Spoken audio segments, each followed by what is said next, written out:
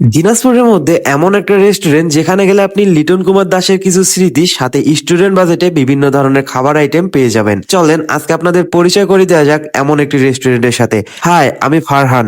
আজকে আমি গিয়েছিলাম দিনাজপুর বড় মাঠের পাশে চা বাহের রেস্টুরেন্টে। সত্যি এখানকার আউটলুকটা দেখতে অসাধারণ। এখানে আসলে আপনি মনে করবেন প্রাচীন যুগের কোন একটা রেস্টুরেন্টে চলে আসছি, কারণ এখানে আপনারা চাইলে মেঝেতে বসে ফ্রেন্ড সার্কেল সহ সুন্দর করে চায়ের আড্ডা দিতে পারেন।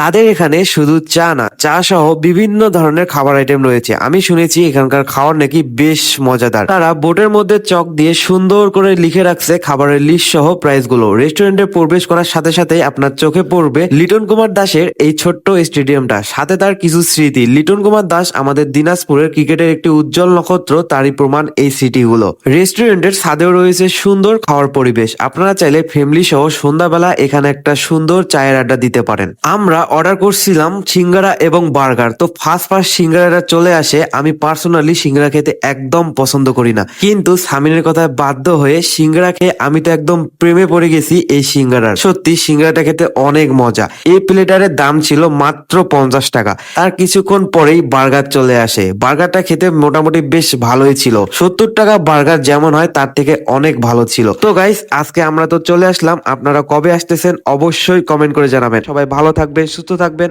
আল্লাহ হাফেজ।